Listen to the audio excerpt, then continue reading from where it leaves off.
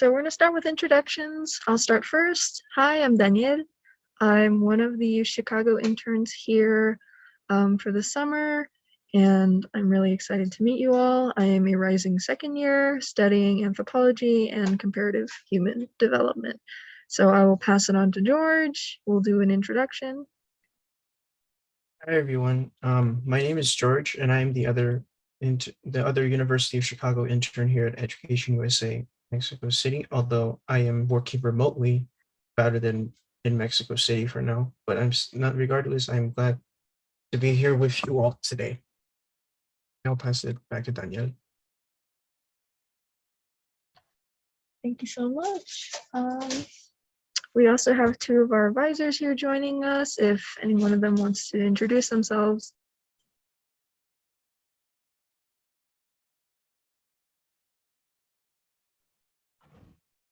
Hello, good afternoon. Thank you for joining us.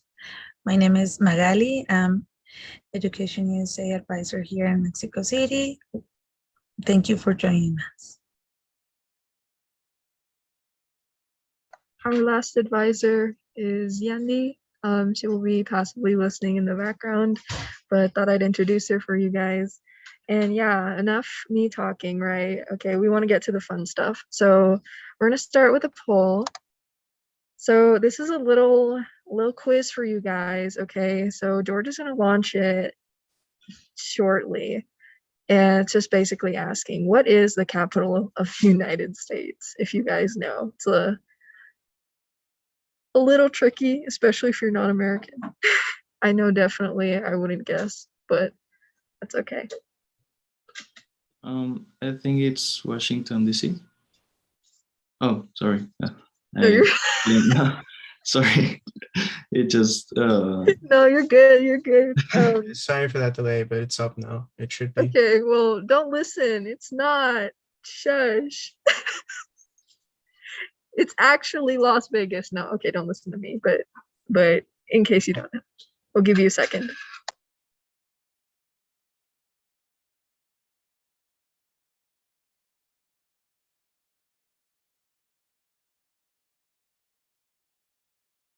Okay, there's not too many people here, which is surprising, but it's okay. You can actually just launch the results. I feel like everyone got this one. Yeah, I'll just send the poll. All right. Yeah, everyone did get it, so. Awesome job, you guys. You guys are big brain. More big brain than I was as a kid, because I would have probably guessed New York, but it's okay. We learn. So we wanted to make the webinar experience a lot more interactive for you guys. So before we get into, me talking about certain cultural aspects, just asking, have any of you ever been to the United States? And if you have, where have you been? If not, is there a place that you want to visit? You could just unmute and say whichever.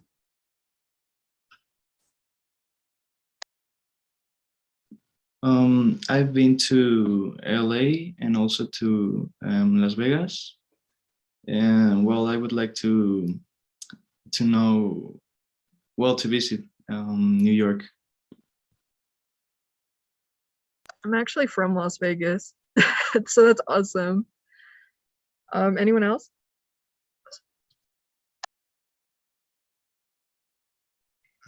I live in Maryland. I've never been. I'd like to go.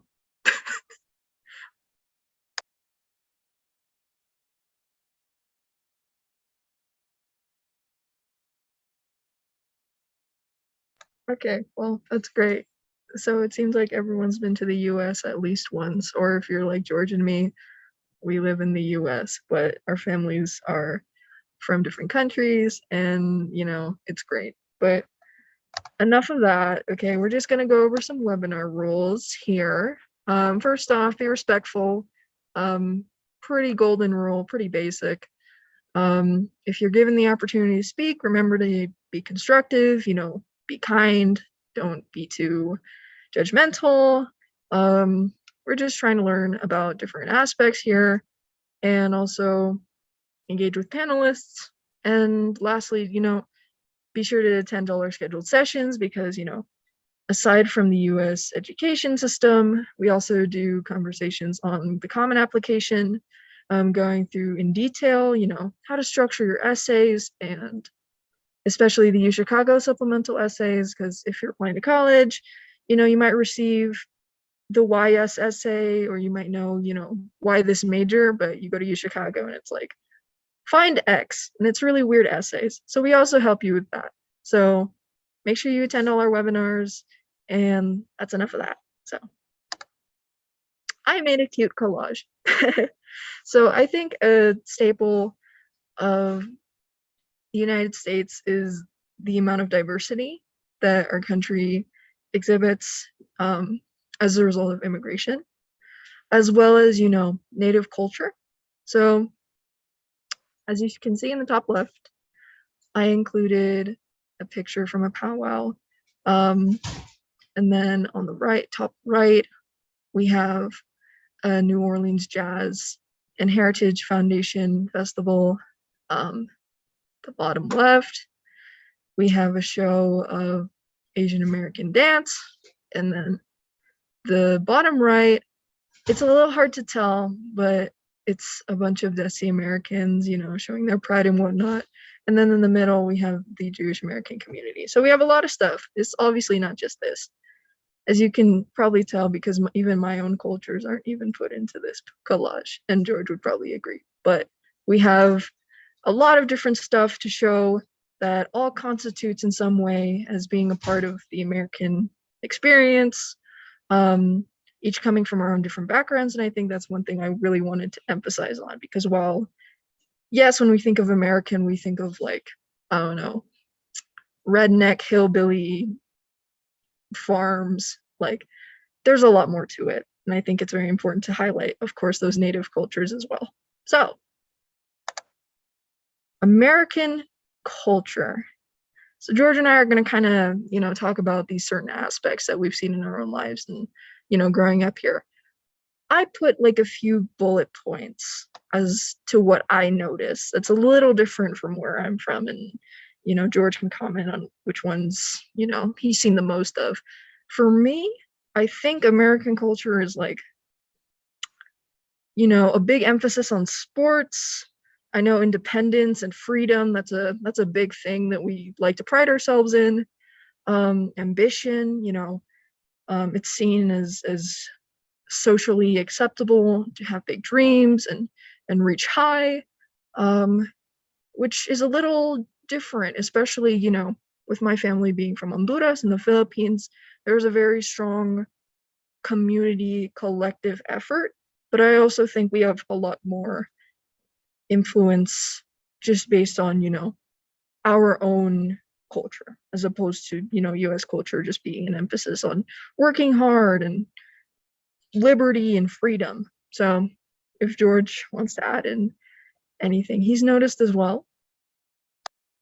Yeah, I've had pretty like a similar impression of American culture given where I'm from. Although where I was from also was where I'm from is a very diverse like area as well. It's in Northern Virginia.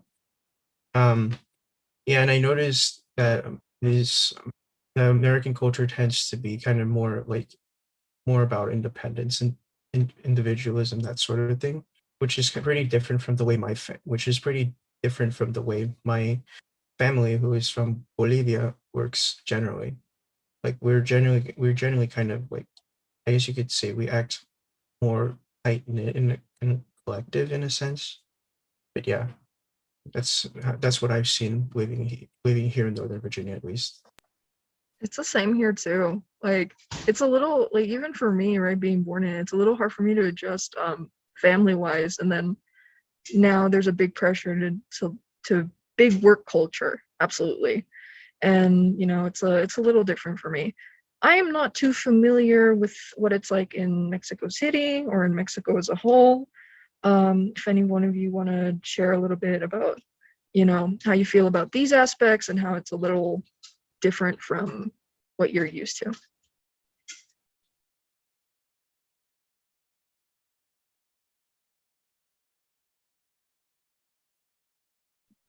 Well, I'm from Mexico City, and I think that, well, for example, in sports, I mean, Mexico has pretty good like football, soccer players, but other sports like basketball or American football definitely are more important in the United States, I think.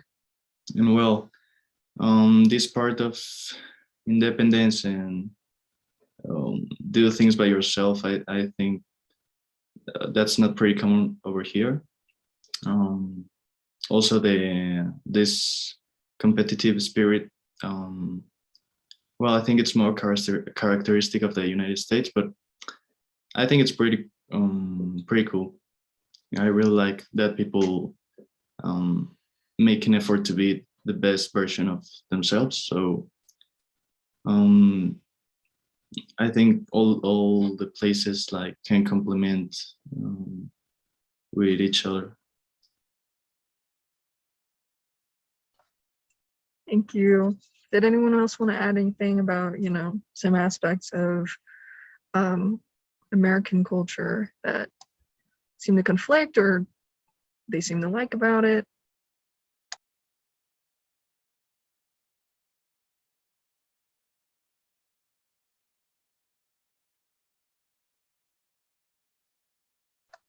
If not, no worries. In that case, we're going to move on to the next slide,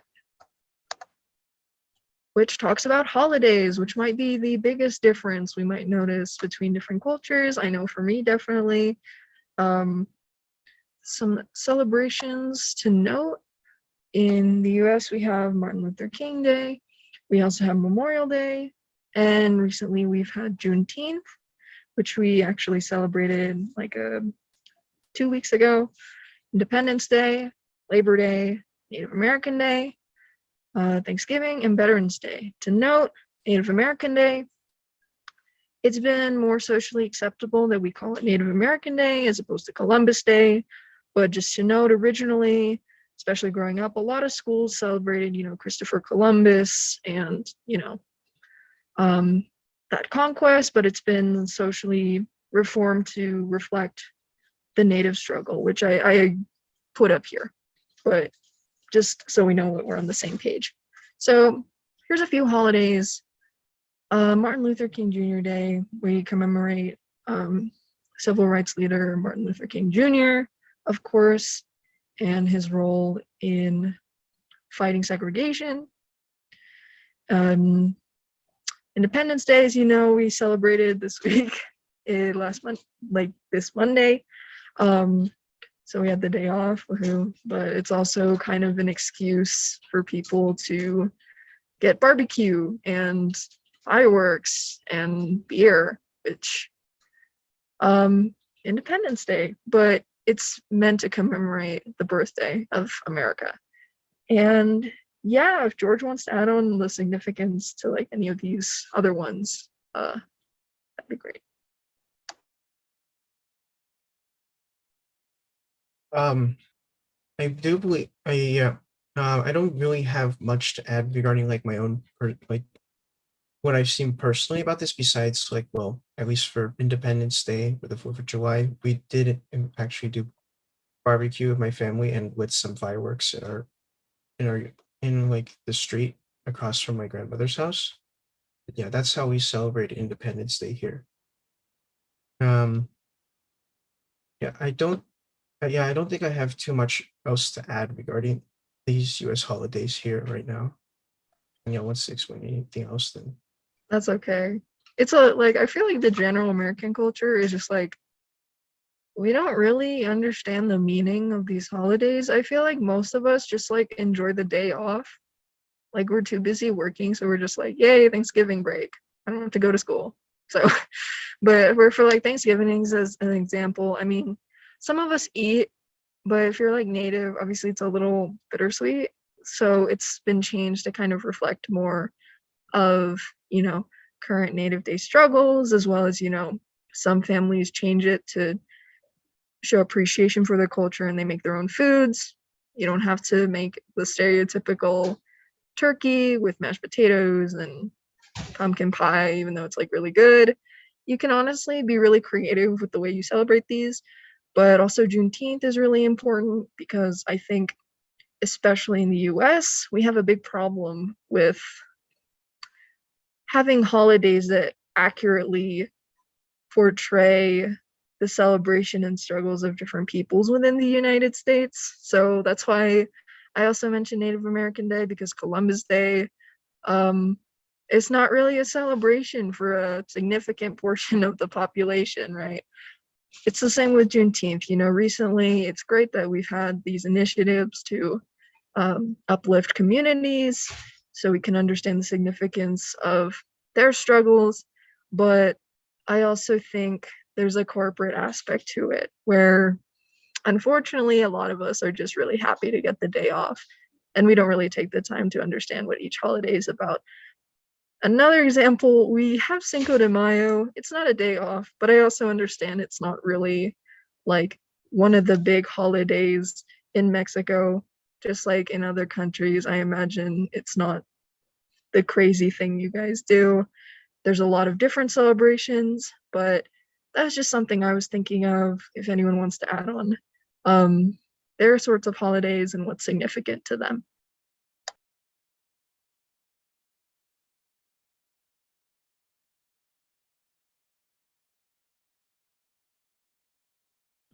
Well, for example, in Mexico, we celebrate a lot our Independence Day.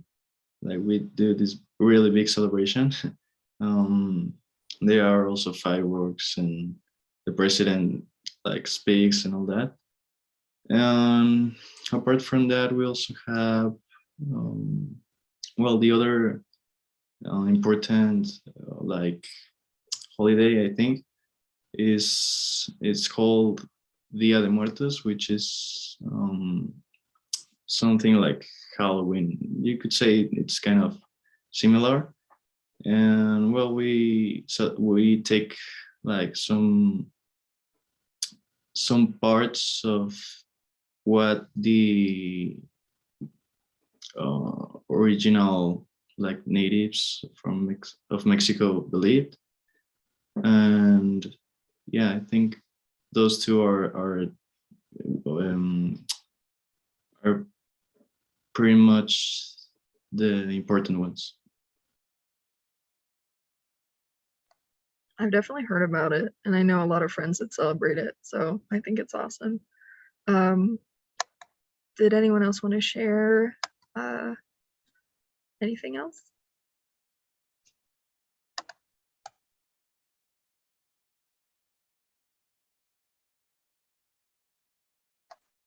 That's okay. So we're gonna move on to the next one. So we're gonna have a little fun conversation time. Woohoo! We've kind of talked about this a little bit at our previous slides, but I think we can imagine how, you know, even if you are American, American means a lot of different things to different people. So sometimes that culture clashes with the culture of the country you're living in. So I guess to answer this question, right, in what ways does this clash with our own culture and beliefs? For me, definitely coming from a background with, you know, recent immigrants. I myself am an immigrant. My family comes from Honduras, and then the other part of my family comes from the Philippines. So we have very collective culture, as I mentioned.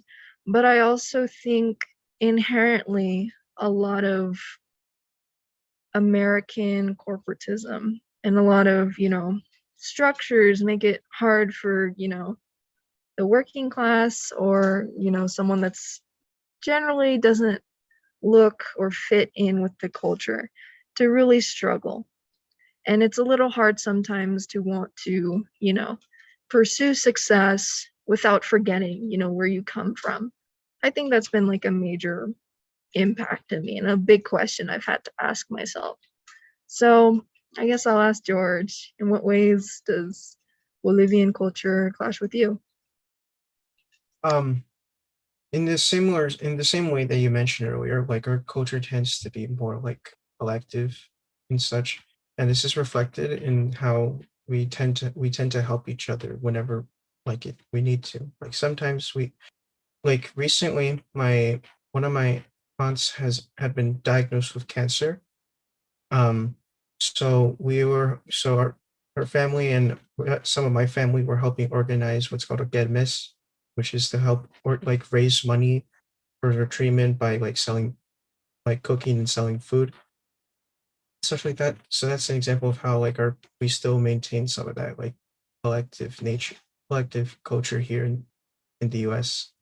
Um, but besides that, I feel like I'm doing it, even though I live in a rather like diverse area, I've become pretty distant from my family's culture. With like the closest I feel uh, to my culture is generally when I talk with my grandmother, who primarily speaks Spanish, doesn't speak very much English. So like that's when I feel closer with the culture here, because otherwise my family's kind of like assimilated to American culture. We don't really speak Spanish much at home. We don't really celebrate Bolivian things very often. But yeah, that was my experience at least. Thank you, George. Did anyone else, listening to us speak or, reflecting on your own experience, does this, would you want to live in the US? Do you imagine there would be problems with you adjusting to the lifestyle? Let me know.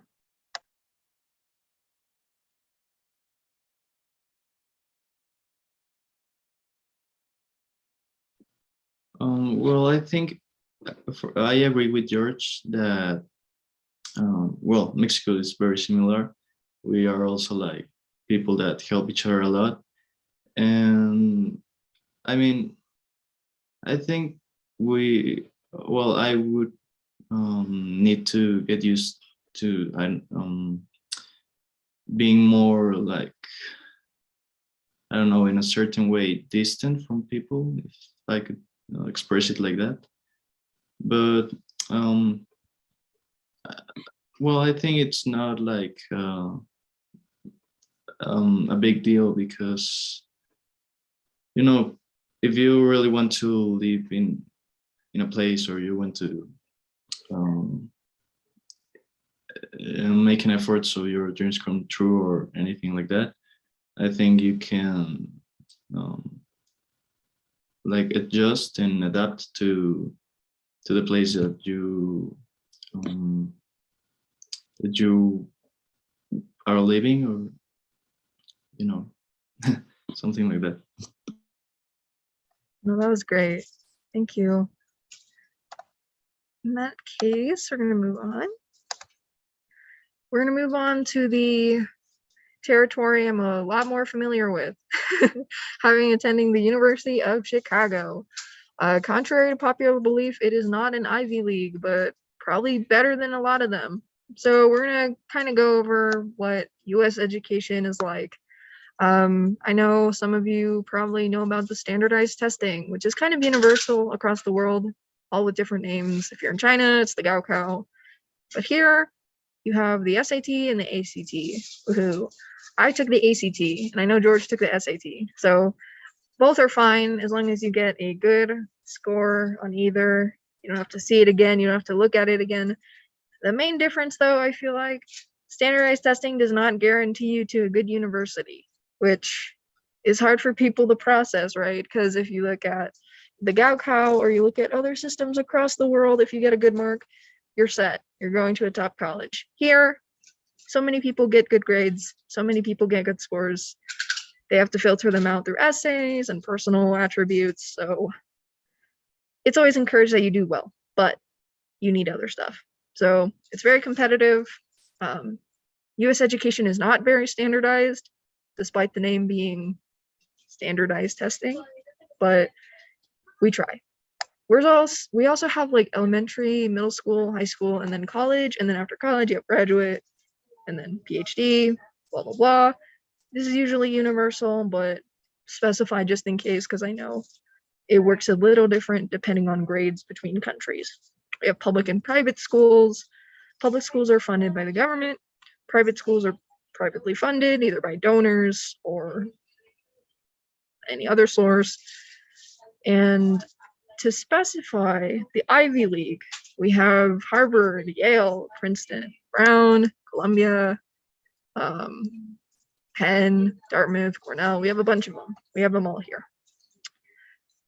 These are private universities. So they get funded either through donors or, I think actually they are partially funded by the states, but it's not the main source.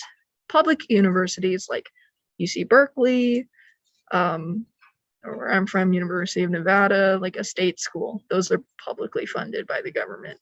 So understand those distinctions. A lot of public schools prioritize in-state students. So you will have cheaper tuition if you live in that state to attend.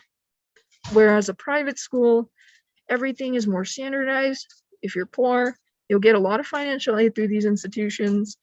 They do not discriminate on the basis of, out of state, in state. It is universal cost for everyone. So just keep that in mind. But they do have financial aid, which is probably the only reason I'm able to attend UChicago. UChicago is great aid, and George would agree with me. So some more, cultural aspects of US education. There's a growing tech culture. If you go to Stanford, if you go to MIT, I would even argue some people in Chicago would agree with this. There's a big emphasis on technology. Stanford has Silicon Valley, which is, northern part of California, San Francisco Bay Area. MIT is more East Coast.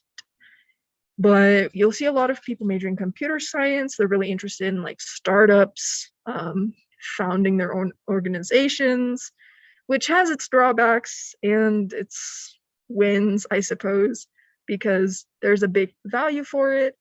But I also think we should be cautious because I don't think George and I are interested in that sort of thing.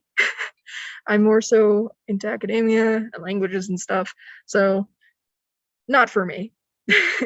What do you think, George? Honestly, personally, I'm also very much into like computer science and stuff, but languages are also, they're a very, very big thing for me. So I'm planning on trying to pursue both here, which fits nicely actually into the next line of what you were going to discuss in this slide, interdisciplinary studies.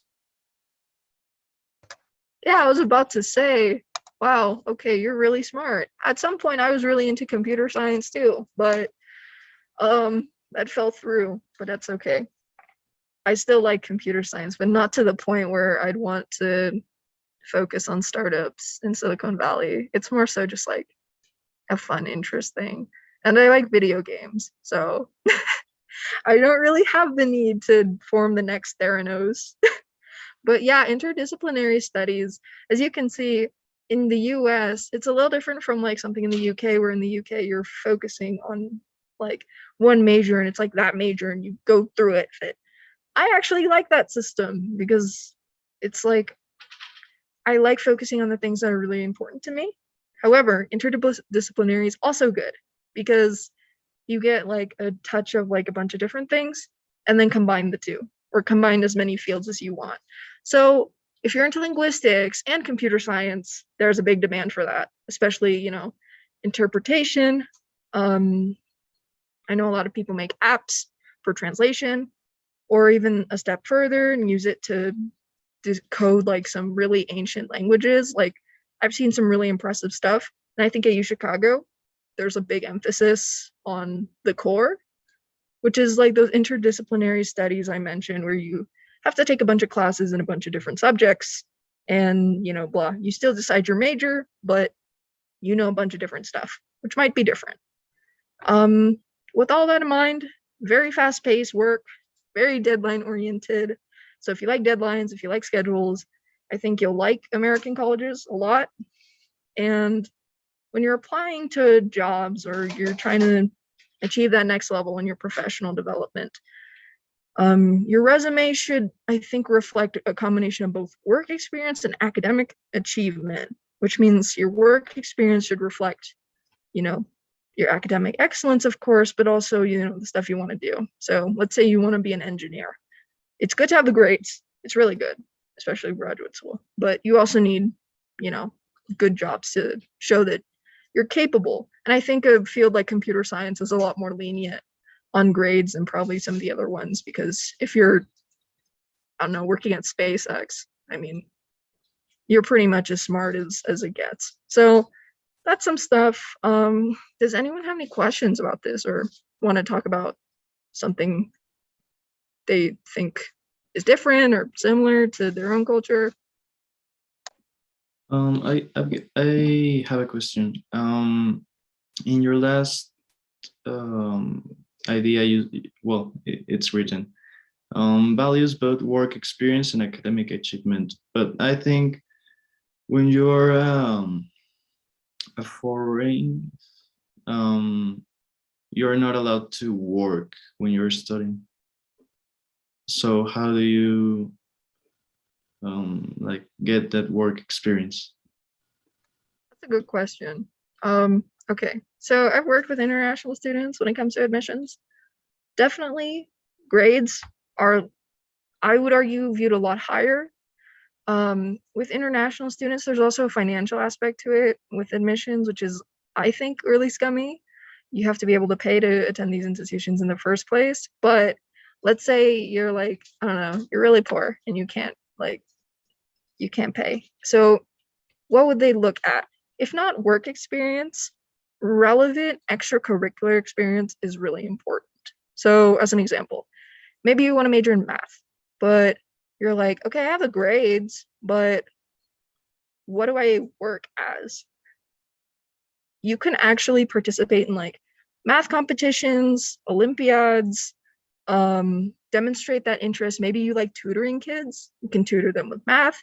So when we talk about work experience, I think this also applies to like extracurricular stuff. So maybe you're not like actually at an organization doing complex math coding stuff that I don't even know how to do. You can tutor, you can win like these big Olympiads. What else? I'm not even a math major, but that's what I've seen work. So I hope that answered your question. And George, if you want to add anything. Yeah, there's like a pretty big emphasis on extracurriculars, and like when people talk about extracurriculars, they like when I've seen people tend to think about stuff that you do like in better part of school, like almost clubs, school clubs, organizations. But it doesn't necessarily have to be that. You can also like do that kind of work completely outside of school, like the tutoring kids thing as an example. That's something you could. That's something you can totally do. That would be like good experience to like note down to apply anywhere. Thanks. Great. So we're gonna go to the social aspect. Woohoo! Okay, so this might be new for some of you, but we have Greek life, or in some different universities, they have eating clubs, or they have like their own like selective groups. Same principle. I haven't seen any other country have like Greek life to the extent that we have Greek life. UChicago doesn't actually have a crazy Greek life culture. I think we only have like 4 sororities in like the main council, and then we have cultural sororities, we have like business fraternities. So let me just explain a little bit how this stuff works. So Greek life. Why is it called Greek life? All the organizations are called, like after different letters of the Greek alphabet. So in the picture, this is actually from the University of Alabama, the first picture with the Phi Mu, the giant white mansion. So Phi Mu is one of the more popular Greek life organizations. Chicago does not have Phi Mu. We have Pi Phi, Delta Gamma, Alpha Omicron, Pi, and I'm blanking, Kappa Alpha Theta. There we go, big brain. I am not in a sorority, but I just know. So a lot of these organizations, they prioritized, brotherhood or sisterhood. You rush in the fall or whatever they have recruitment. Rush just means, you're meeting all the sororities, meeting other people who want to join a sorority. And, each day you're dimming your size of which fraternity or sorority you want to join, and they have to match. So the sororities and the fraternities are also doing the same thing. They're rating you, And you're basically, if you find a match on bid day, which is when you receive your sorority, you go party, you go have fun, whatever. So yes, the reputation for Greek life is parties and drinking, which exists, but it's not the only thing. You can also do like community service, volunteering. I also put philanthropy here, which is a big thing. Philanthropy, using money to support an organization. I know the ones at Chicago do like education work. I know another one does like arthritis research, so stuff like that. I mentioned the interdisciplinary studies. Research is also a really big thing at US colleges.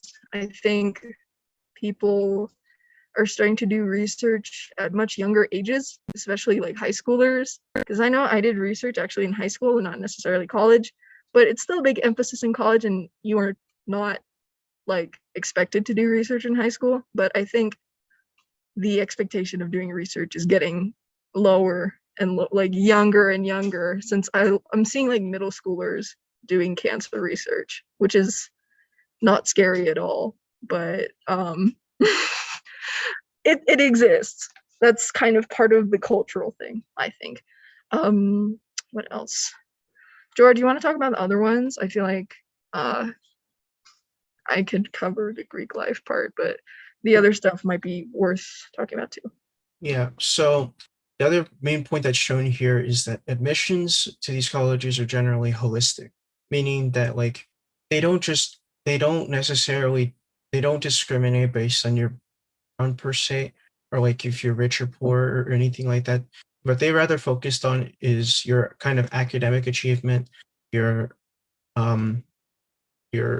like extracurricular or work experiences, your essay, your college application essays, and usually also like teacher recommendations, because like they take a look at those kinds of things rather than like your back rather than like trying to see if like you can even afford to pay to attend, because like Danielle mentioned earlier, like if they accept you, they will generally offer you like considerable financial aid if you need it, if you needed to attend. In my case, like I don't come from a particularly too rich background, but I on a full ride to the University of Chicago through this because of this, because I did a program, but they admitted me, and they gave me that financial aid to be able to attend and stuff. And financial aid is considerably important because colleges, especially the private ones, tend to be pretty expensive. Like cost, for example, of University of Chicago is like, I think it's around 80,000 per year. So yeah, it gets pretty expensive, but usually financial aid brings this down to a manageable level. Because but even with this financial aid, generally most people will end up taking some form of debt to attend college. Yeah. Danielle wants to speak a bit more about that than I did. Yeah, so let's say you're not really rich or poor. Let's say you're middle class. I know a lot of my middle class friends take up some sort of debt while attending college, and usually they plan on paying it off, when they attend graduate school. And it's like, once I'm a doctor, I'm going to pay off all my debt, which doesn't always work out because people change and maybe you don't want to be a doctor anymore. So as you can understand, US colleges financially are some of the most difficult things to pay for and wrap your head around. I think it's a really lucrative process to get people paying regardless. I understand it's not like this everywhere. I think we have like the most expensive universities in the world, and it's not really paying for any different form of education. Like, I don't consider U Chicago like the magnum opus of education. In some ways it is, but not like $80K worth magnum opus of education, right? Because most of the stuff you can learn at a community college, or you're honestly paying for the connections. because a lot of people that attend elite institutions are coming from bigger families and big money. Yeah, so that's about it. Also, in US colleges, you have a like really big campuses, like really big. I know a lot of people are more used to like a small collective space. No, UChicago is actually really small. If you see the picture on the bottom, that's UChicago. It looks big in the picture, but it's actually small by college comparisons. Stanford, I think, is like 5 times the square feet as UChicago. So you have to bike everywhere, which might be hard for some people to adjust, but honestly, it's not that bad. It's fun. And the campus is really pretty. So there's a big emphasis on like making sure the campuses are really pretty. You're going to be living in dorms for most of the time. What else? I think that's about it. So does anyone have any questions or wants to add, anything?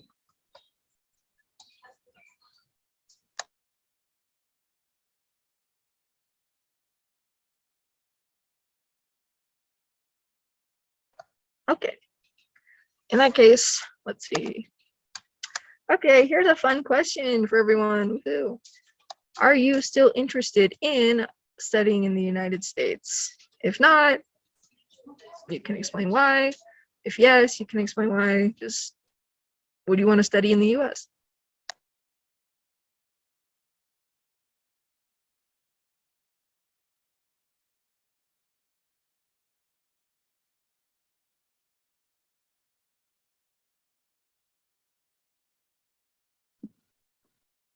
Well, I'm still interested. I had done previous research about it, and all the things that you said. I mean, well, not all, but most of them I already knew. So yeah, I think I consider it since a long time. And well, I personally I want to study engineering.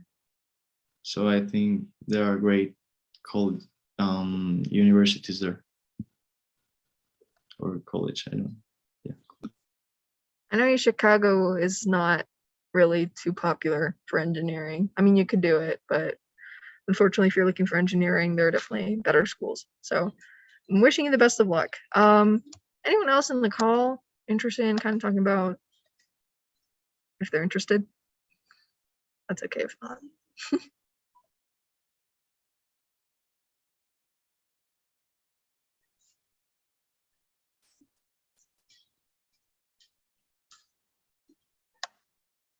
Okay, well, I guess from my own experience, I mean, it's been great. Sure, it's not ideal. If I didn't get 8, I wouldn't even be in college. So that's a little bittersweet. But I mean, for actually being able to have the experience, I mean, of course, it's an irreplaceable experience, and it's really fun here. I know Chicago has a reputation of being like where fun goes to die, and it's like school and work all day. But like you'll find time to do work. You just have to balance it well. And in the US as a whole, I mean, I have a lot of like personal obligations to like my own communities and my own countries. So I don't see it as necessarily just being the United States. I see it as just, participating in the society and then going back to give what I can. I don't know. George, do you like studying in the US? Yeah, it's been pretty nice, minus, well, the pandemic to start or to mark the start of my first year. But other than that, it's been pretty nice, and it's only gonna, I'm sure right now it's only gonna get better now that, for me at least, I've knocked out my like core classes, so I'll be able to get to study what I really want and stuff like that. Because it was hard for me to do the other kind of work personally. But yeah. So, and yeah, the social aspect's also pretty fun at UChicago as well.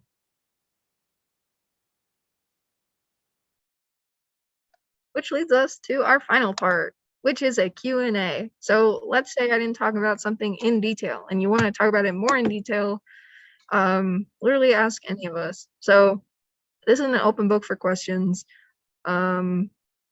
Yeah, go wild. Well, I have one question. Well, two.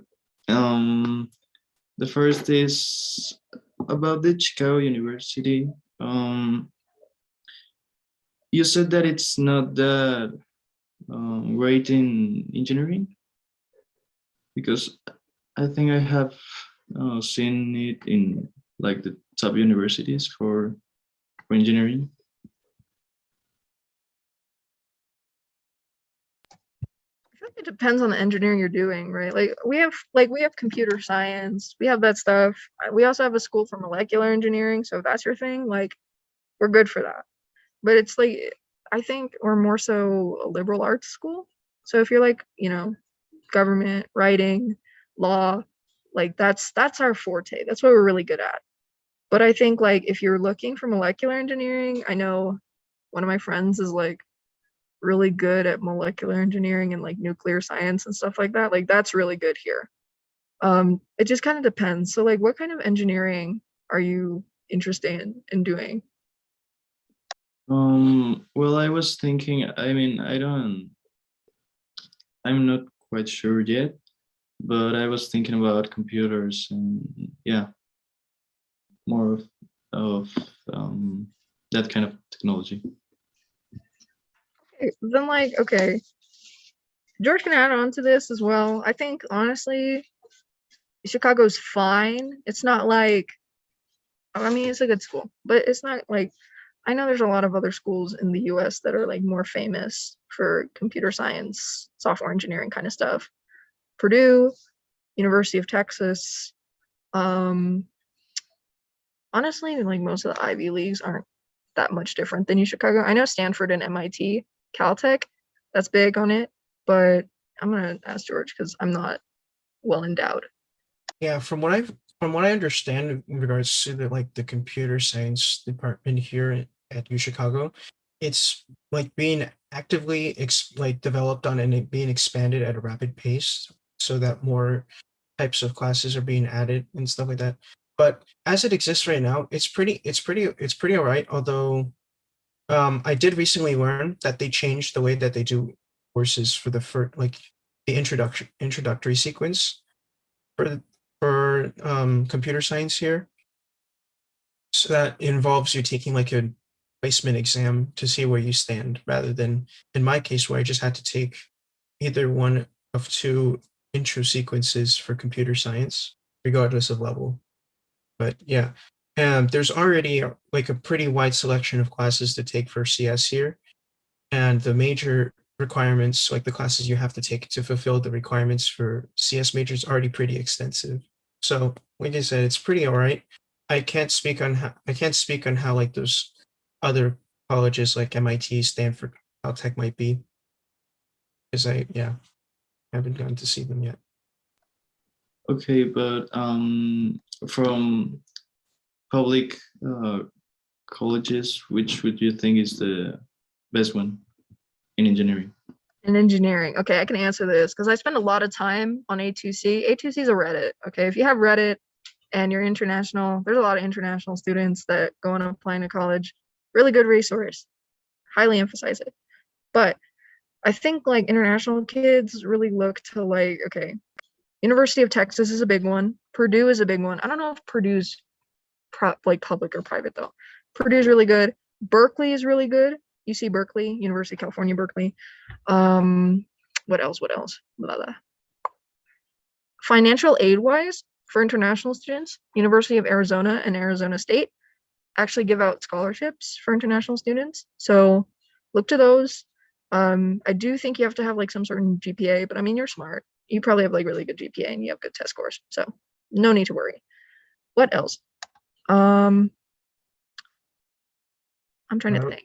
I was just trying to share the applying to college subreddit in the chat. I accidentally sent it to you, Danielle, but I George, posted it for you are a everyone. lifesaver.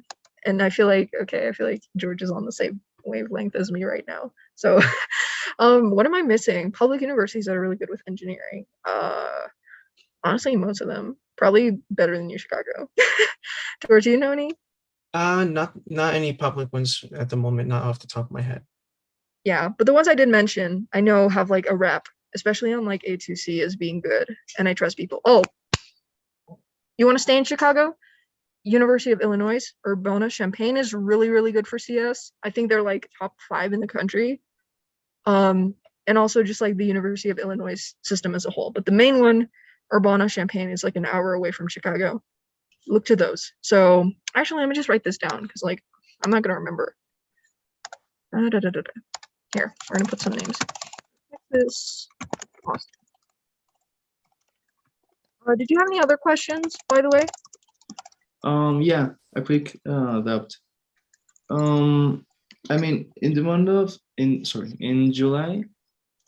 Well, I'm on vacations, but when August starts, like the new school year is going to begin. So I'm not sure I will be able to attend to all the sessions. I understand you are recording them. So is there a way in which I could like watch them later? Yeah, I think, okay, I'll have to ask my advisors, but yes, we're recording. So it'll probably be like on our social media or like Facebook, I think. But I will definitely ask my advisors, just keep an eye out on our social media and you should have, the recording should pop up there, I assume, usually. Thanks a lot. Yeah.